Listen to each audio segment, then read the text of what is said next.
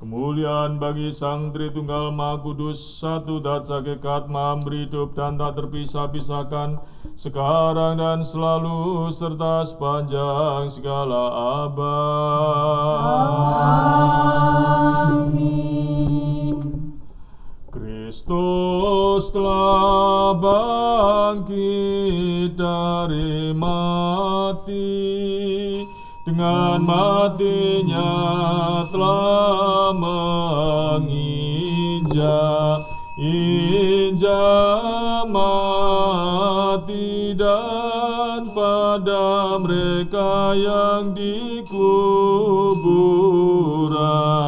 hidup menganugerahkan. Kristus telah bangkit dari mati. Kalau kita bicara mengenai ciri fisik bangunan gereja, itu di dalam gereja ortodoks, pertama, dia selalu menghadap ke timur. Dan di dalam gereja itu dibagi tiga bagian, yang satu disebut ruang Maha Kudus, kemudian ruang kudus, dan halaman. Nah, ruang Maha Kudus di situ itu ada altarnya, dan yang boleh masuk di situ hanya imam dan diakon serta pembantu imam, yaitu putra misbah atau putra altar. Dan hanya laki-laki, perempuan tidak boleh masuk ke dalam ruang Maha Kudus. Nah, ruang kudus itu adalah untuk umat, dan halaman adalah untuk orang yang tidak percaya atau belum percaya. Dan pada mereka yang di kuburan. Kristen Ortodoks kalau berdoa atau sembahyang, tepatnya sembahyang ya, itu dalam konteks liturgi atau sembahyang senja atau sembahyang pagi atau sembahyang sendiri ya, itu selalu menghadap ke timur ya. Dan gereja ya memang menghadap ke timur begitu. Kenapa menghadap ke timur? Karena Yesus mengatakan bahwa di dalam Yohanes pasal 8 ayat 12, singkatnya, akulah terang dunia. Ya. Nah, terang dunia secara fisik adalah matahari. Yesus mengatakan akulah terang dunia, jadi terang sesungguhnya itu adalah Dia. Nah, kalau kita lihat matahari itu terbit dari timur. Itulah sebabnya dengan sembahyang menghadap ke timur kita menghadap Kristus. Senantiasa menghadap Kristus. Yang kedua alasannya yaitu di dalam Matius pasal 24 ayat yang ke-27. Bahwa aku akan datang seperti kilat yang memancar dari timur ke barat. Jadi kedatangan Yesus yang kedua kali itu ternyata seperti kilat yang memancar dari timur ke barat. Artinya awalnya dari timur. Itulah sebabnya ketika kita menghadap ke timur, kita juga menanti-nantikan kedatangan Kristus yang kedua kali.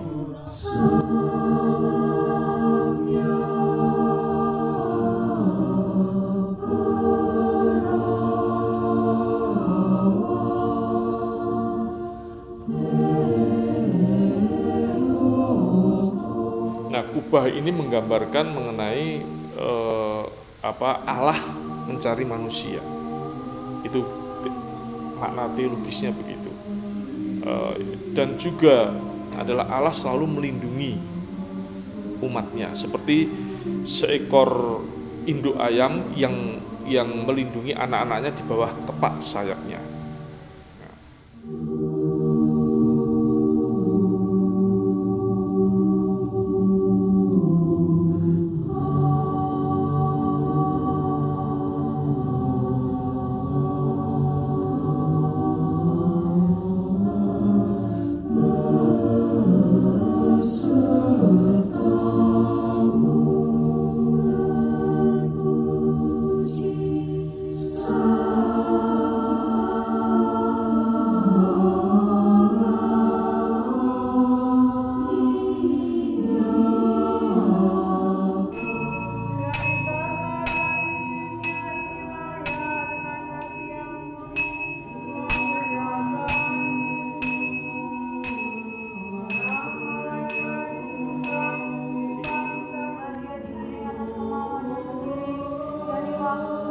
di dalam gereja ortodoks, ya di dalamnya itu bisa pakai kursi, bisa tidak.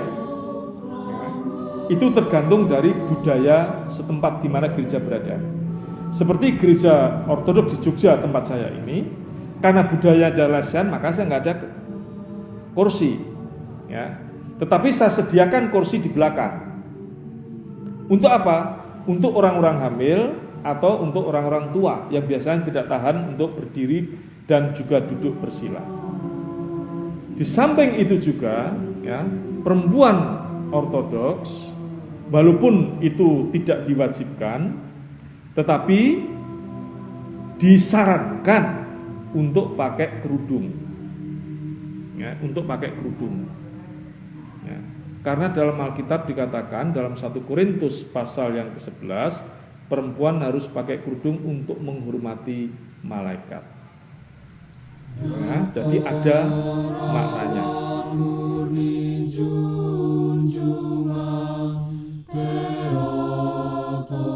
Pakaian imam itu juga berbeda. Ya, pakaian imam itu selalu pakai jubah. Jubah untuk sembahyang senja atau sembahyang harian itu biasanya hitam. Ya, biasanya hitam. Kenapa hitam? Karena hitam itu melambangkan dosa. Nah, dengan memakai hitam dia selalu mengingat dosa. Itulah sebabnya dengan mengingat-ingat bahwa dia orang berdosa, dia selalu memohon pengampunan. Itu warna tradisi adalah hitam. Nah, kalau jubah untuk liturgi, ya bukan untuk sembahyang, untuk liturgi, ya yang dimana ada perjamuan kudus yang dilakukan pada hari Minggu dan juga hari-hari yang lain untuk memperingati para santo atau para orang-orang kudus, maka dia jubahnya adalah berbeda. Jubahnya adalah berwarna, tergantung dari temanya. Kalau temanya adalah setelah Paskah, maka terang. Warna bisa macam-macam, warna terang. Dan jubah itu terdiri dari jubah dalam, jubah badongan atau jubah luar, kemudian ada sampur jangga yang melebar ke depan begini, ke bawah, menjuntai ke bawah, ada di leher dan menjuntai ke bawah. Kemudian ada gelang tangan. Nah, terus kalau presbiter itu atau imam itu memiliki penunjukan dari uskup bahwa dia bisa mengampuni dosa, maka dia memakai tanda khusus yaitu wajian. Yang disebut wajian itu bentuknya seperti wajib, maka dikatakan dalam bahasa Indonesia adalah wajian. Begitu. Nah, kalau ada imam pakai itu berarti imam itu bisa melayani sakramen pengampunan dosa. Atau kalau tidak, dia juga menandakan bahwa dia itu adalah proto presbiter, yaitu presbiter utama, yaitu presbiter yang oleh uskup dianggap memiliki jasa-jasa yang besar, yang baik, yang uskup sendiri yang memilih. Dan biasanya tanpa itu pun kalau dia sudah 25 tahun melayani, dia dikasih proto presbiter itu. Ya. Dan dia dan juga tadi dia diberi hak untuk melakukan sakramen pengampunan dosa. Maria mempelai ratu sumber. Nah, sekarang imam di dalam gereja ortodoks itu dibolehkan untuk kawin atau tidak kawin, atau untuk selibat atau mempunyai istri. Ya. Kenapa? Karena pengikut Kristus, yaitu para rasul itu sendiri, itu pada nikah. Makanya ada ayat dalam Alkitab bahwa Yesus menyembuhkan mertua Petrus. Kalau dia punya mertua, berarti dia punya istri. Cuman dalam gereja ortodoks, kalau mau mempunyai istri, atau sebelum dia ditahbis, dia harus memutuskan lebih dulu punya istri atau tidak. Nah, kalau mau punya istri, maka dia menikah dulu.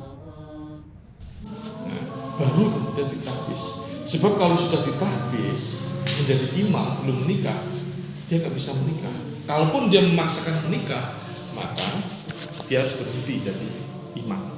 Karena pernikahan Kristen itu mempunyai makna bahwa manusia dikembalikan lagi jati dirinya atau keasliannya sebagai manusia yang satu, yaitu laki-laki dan perempuan.